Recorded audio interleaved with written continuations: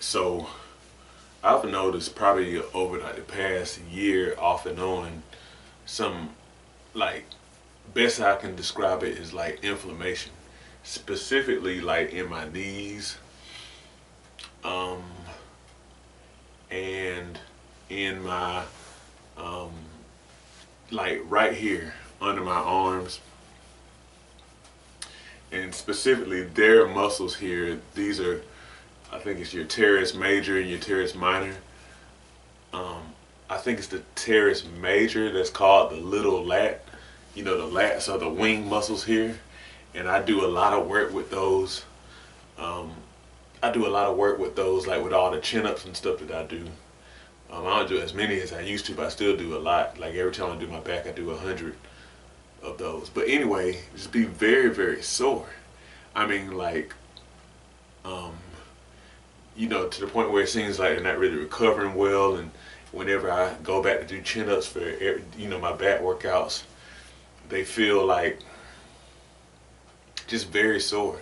And then my knees, now granted, I do it, I do deadlifts and I do, my squats and stuff like that.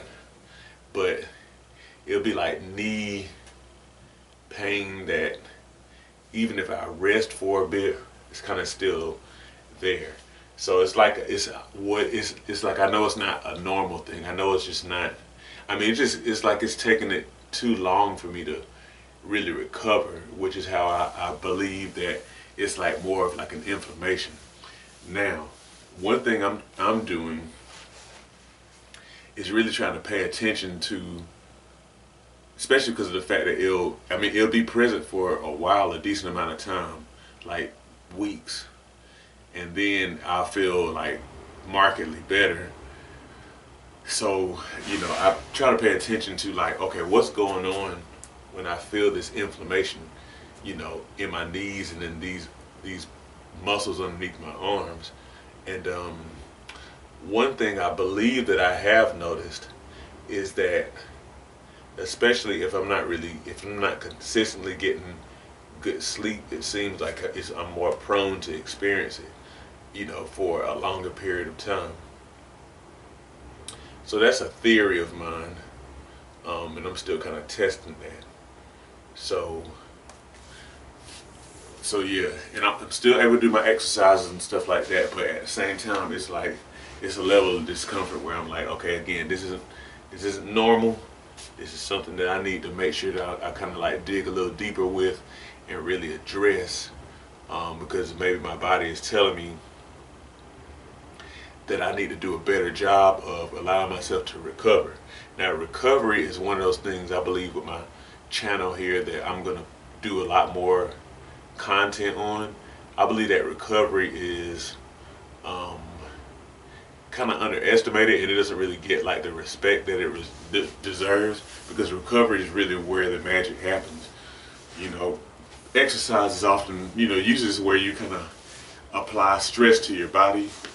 You know, you break your muscles down with strength training, or you stress your cardio system with, you know, cardio, and then it's in the recovery time that your body's able to kind of like respond to the stimuli and really repair and all that kind of good stuff. And so yeah.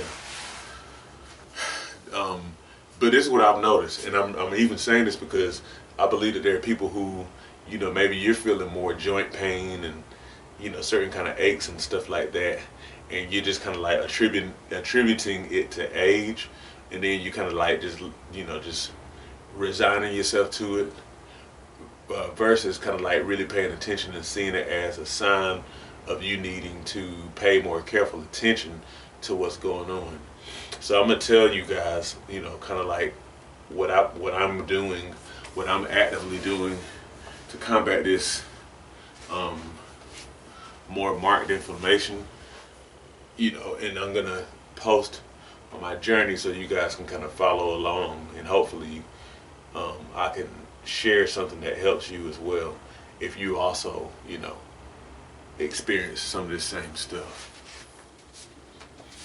All right, so the first thing that I'm doing is I'm aiming to get more sleep. Like I said, I believe this is a theory of mine, but I believe I've noticed more pronounced like pain in my joints whenever I'm consistently not getting enough sleep.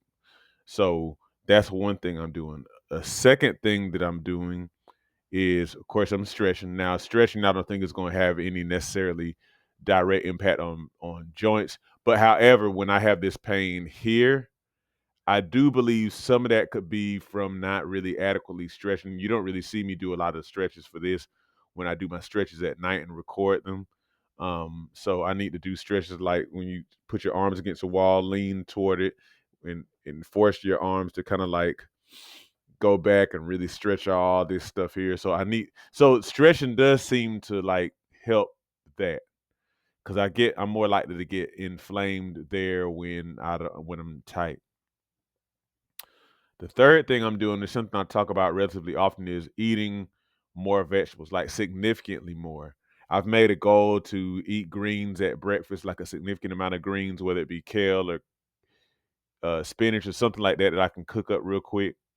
Um, Either that or like a huge, I'm talking about really huge salad at lunch. And then having like some time in the afternoon where I have a snack of like raw carrots and maybe a little bit of raw fruit or something like that. But like, and then of course with my other meals, I'm just kind of eating as normal, but I always eat a decent amount of vegetables with my lunch and dinner.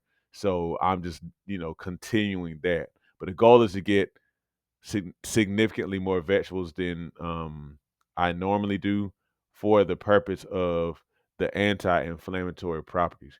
And the fourth thing I'm doing is so I drink coffee in the morning.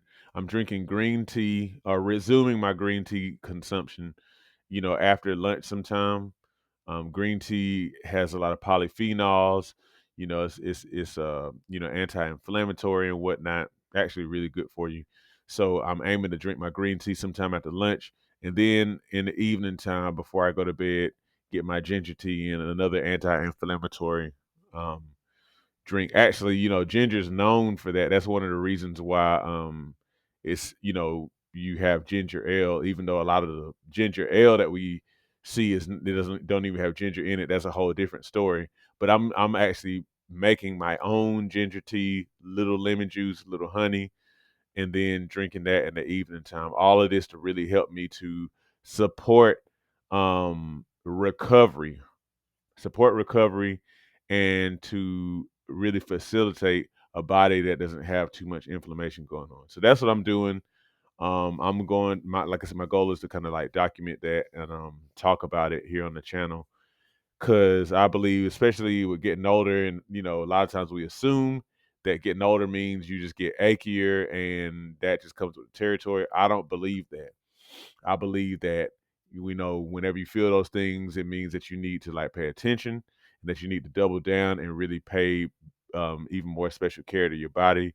If you take care of your body, it'll take care of you, so to speak. So yeah, that's what I'm doing. I'm just letting you guys know, and hopefully it inspires somebody and helps somebody to even take better care of yourself. All right, y'all have a good one. As we get older, it becomes increasingly important to maintain and build muscle.